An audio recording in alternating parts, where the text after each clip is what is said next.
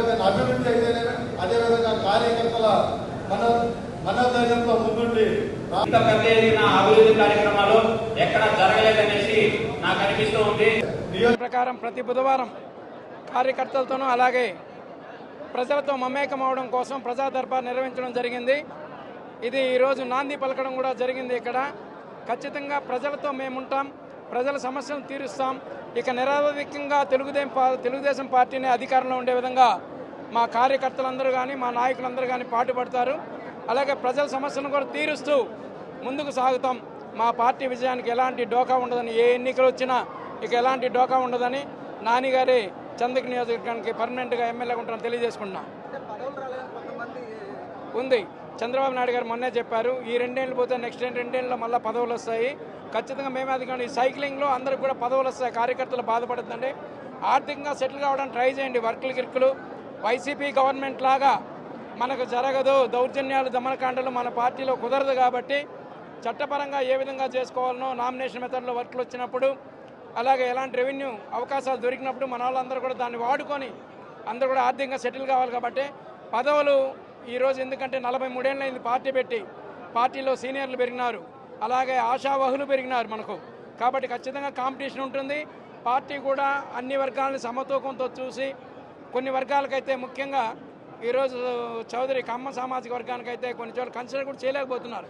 ఎందుకంటే అధికారంలో మనం ఉన్నాం కాబట్టి బీసీలను ఎంకరేజ్ చేయాలి. కాబట్టి పార్టీలో బీసీల కోసమే పెద్దపీట వేస్తూ బీసీలకు పదవులు ఇవ్వాలి. కాబట్టి పార్టీ అనుక్షణం దాన్ని ఆలోచిస్తూ ఉంది. చాలామంది కష్టపడిన వాళ్ళు, డబ్బు పెట్టిన వాళ్ళు కూడా చాలామంది రెడ్డిల్లో నాయుల్లో ఉన్నారు. కానీ వాళ్ళందరూ కూడా పదవులు రావడంలే. వాళ్ళందరూ నచ్చ చెప్పుకొని మేమందరం సమిష్టి నాయకత్వంలో ముందుకు పోతాము. ఎవరు కూడా ఎలాంటి నిస్పృహ అసంతృప్తులు ఎక్కడ మా నాయకులు ఎవరు కూడా లేరు. అందరం సంతృప్తిపరచుకొని మేము ముందుకెళ్తామని తెలియజేసుకుంటున్నాం. రాష్ట్ర పార్టీ ఆదేశానుసారం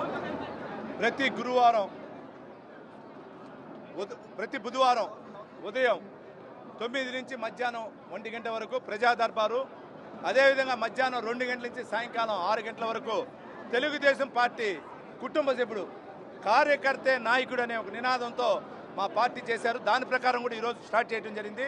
దానిలో భాగంగా మా పార్లమెంట్ అధ్యక్షుడు సిఆర్ రాజన్ గారు కానీ, 6 మండలాలకు సంబంధించిన అధ్యక్షులు కానీ, 6 మండలాలకు సంబంధించిన నాయకులందరూ కూడా పాల్గొనడం జరిగింది.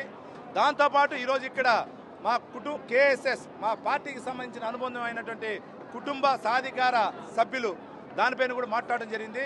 రేపు రాబోయే ఎలక్షన్లు ఏ ఎలక్షన్ అయినా స్ట్రాంగ్గా ఉంటూ ముందుకు పోయే విధానంలో బాగుంది. ఈరోజు కూడా ప్రజా దర్బార్కి ఇప్పుడు కూడా మహిళా సోదరులు చాలా మంది రావడం జరిగింది.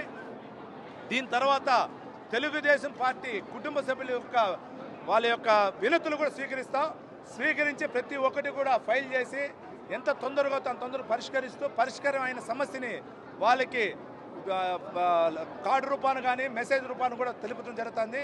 జరగలేని దాన్ని సమస్య ఎందుకు జరగలేదు కూడా వాటికి రిప్లై ఇస్తాం.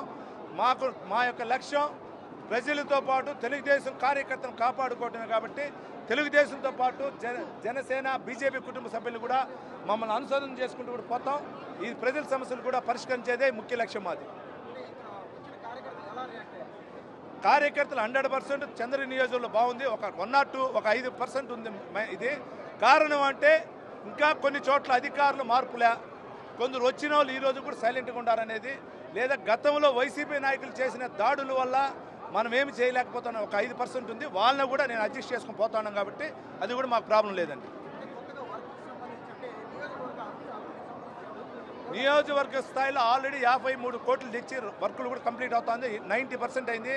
ఇంకా 10% ఇంకో 10-15 రోజులు అయిపోతుంది. కాబట్టి ఇది కాకుండా ఇంకా సుమారు